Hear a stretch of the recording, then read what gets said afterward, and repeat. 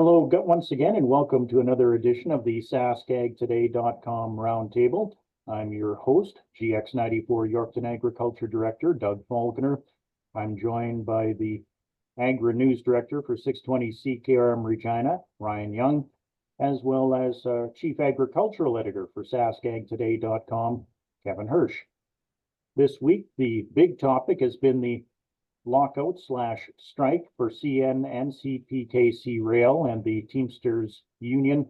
And Ryan, it seems like it keeps taking twists and turns all week. Yeah, no doubt. Just when we thought that it was resolved, the union seems to say not so fast. Basically, the latest developments happening there, Federal Labor Minister Stephen McKinnon announced that he's given direction to the Canada Industrial Relations Board to issue binding arbitration for both sides so that they can resume operations. Now, how long that would take, that remains to be seen. In the meantime, the Teamsters Union, they are challenging that binding arbitration directive and its constitutionality of it. As CPKC workers, they're still on the picket line. CN rail workers, they were to be back resuming operations as of Friday, but the union issued 72-hour strike notice, so we could see them walk off the job as early as Monday. So there is a lot of moving parts here. It's very fluid, just as much as it was in the 9 months prior or weeks prior. So it kind of looks like we're still going to be kind of slowed down and bogged down by this labor disruption. And we'll see where it goes from here. I know the main sticking points have been around crew scheduling, fatigue management. Wages always seems to work its way in there as well. And it just seems like both sides are really far apart. The binding arbitration too, I'll say, Minister McKinnon, he was initially pausing at first when it came to issuing said arbitration, but kind of changed his mind after there was no deal in place by the Thursday midnight Eastern time deadline. So we'll see again where it goes. I don't see this resolving anytime soon, just the way things have played out lately. Your take on it all, Kevin? Yeah, the sigh of relief and the congratulations for ending it obviously seems premature now. It looks like this is going to drag on for some time. And in previous times when workers have been ordered back, it's been legislation in Parliament that's done it. The Labor Minister just being able to do this by decree, some did wonder whether that would actually hold up or not. But what was a sigh of relief, I think, is going to be some more anguish as we move forward. As we look at positioning on this, I'm really astounded that the Conservative Party of Canada has really been absent in saying anything. The NDP has said, let the collective bargaining process work, which would mean however long the strike lockout might last.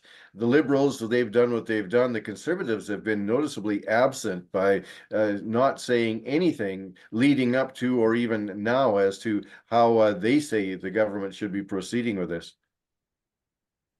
Interesting times ahead on that. And of course, it all leads into the fact that this is all happening while harvest is pretty much getting into full swing in the prairie provinces here. And Kevin, of course, you've been combining in the southwest part of Saskatchewan. How have things been going there for you? Personally, I've had all sorts of combine issues that I won't burden you with, but making good progress. And I know the Southwest is leading the province as far as harvest progress. This area, I think, is ahead of much of the rest of the Southwest. I would say that might be 40, 50, 60% done in this general area. But I know there's other areas of Saskatchewan that are hardly started and will also be dealing with much better crops than much of Southwest Saskatchewan. Ryan, the latest Saskatchewan crop report, I believe it said 15% of the crop has been combined province-wide. How are things going in your area of the province there? There is a few combines out and about getting harvest underway here. I'm sure that it'll ramp up in the days and weeks ahead. I've also had some travels in the Southwest over the last couple of weeks. I've seen some combines out there as well, and exactly one swather out. So continuing to ramp up harvest there. I've also been around the Yorkton area as well, kind of traveling all over the province. Seen some combines out and about as well. So uh, kind of in line with what the crop report is saying, more regions are getting underway with harvest. Fall rye and winter wheat, that's one of the crops that have come off the most. And the grades for it so far have been all right. For fall rye, about 57% of the fall rye is good. It's in that grade 1 category. And the winter wheat, I believe, is in that 61% grade 1 category. So looking pretty good so far on that front. And yeah, we'll just see in terms of yields for the rest of the province. I know we've had anecdotal reports of some yields, how they have been so far. Uh, quite variable, excuse me. I know Kevin has mentioned some of his crops are around 20 bushels an acre.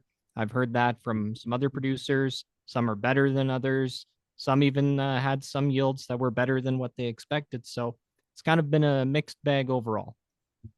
It's Yeah. surprising this week that there was some pretty bad weather, and when it gets this close to getting the combine out and you get hailstorms and high winds like some areas did this week, very discouraging. Yeah, here in the Yorkton area, there was a field actually I noticed a couple of days ago just north of Yorkton here, a wheat field had a nice stand. It was combines. I believe the last report was saying that the central region's like 17% combine, but they were noting that a lot of that had to do with the Hanley area, which is actually quite a ways west of here, but is included in the East Central district when it comes to the crop region. So here in the Parkland region, the Yorkton Melville area, I don't think we're at 17%. There's still a lot of fields that haven't been touched yet. Something else going on this week in Saskatoon was the Canadian Beef Industry Conference. I believe it was all 4 days, Monday to Thursday. Busy week there. And I know, Ryan, you and I have been following that from afar, but looks like it was quite an interesting week when it comes to the beef industry. Yeah, one of the main things that kind of caught my eye was just kind of a meeting between the Canadian Cattle Association and their American counterparts, just kind of having a meeting in Saskatoon as well. And in the midst of the cattle market, still experiencing some really good prices due to a low supply and high demand. So all in all, still kind of a positive outlook for the beef market. And yeah, overall pretty good. And another thing too, just coming to mind here, I believe it's the first time that this conference has been in Saskatoon, if I'm not mistaken. So it's also pretty good to have it here in Saskatchewan as well, and just an opportunity to showcase the province and our provincial cattle industry as well. Kevin, of course, the cattle industry is seeing unprecedented prices. I think there are a lot of smiles on a lot of cattle producers' faces at that conference and in general right now. Yes, it's a good time in the cattle industry, at least to the cow-calf producers. Feed supplies are adequate and feed costs are down. Most projections suggest that calf prices will remain at very good levels, comparable to last calf run, which was excellent, the best prices ever. Surprising that both in Canada and the US, these profitable times are not spurring an expansion in the beef cow herd at this point. People are consolidating, they're watching their costs, but no real evidence of a rebuilding in the cattle herds, which is surprising to some extent given the profitability. Well, and it sounds like it's quite difficult for young producers to get into the business with the cost right now. And of course, succession planning, there's issues now with the recent changes to the capital gains tax. So there's a few things working against getting more people in. I guess it'd be just a case of perhaps some of the producers that are already in expanding their herds. Yeah, it's pretty tough to go out and pay the price that you would need to buy bred cows or even replacement heifers for the upcoming year because prices are so high. The cost of entry is now very high, and yeah, you can keep your own back, but you could also be selling your what you would be using to expand your herd for very good money. So it's tough to turn that down. And finally, today we were going to talk about Farm Credit Canada and talking about the future of biodiesel. And Ryan, you had a chance to speak with someone from FCC on that. Yeah, one of the senior economists at Farm Credit Canada, Justin Shepard, had a chance to speak with him earlier in the week.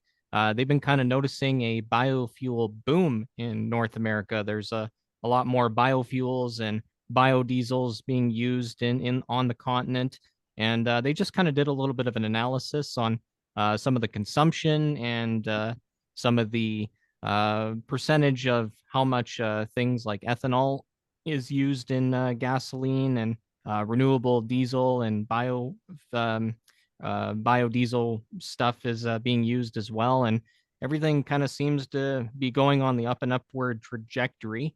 Not so much in the way of, as a result of, more facilities or processing facilities being built here, but part of that is due to not only an increase in demand as well, but also government support and policies related to supporting the biofuel sector and general improvements made to processing facilities.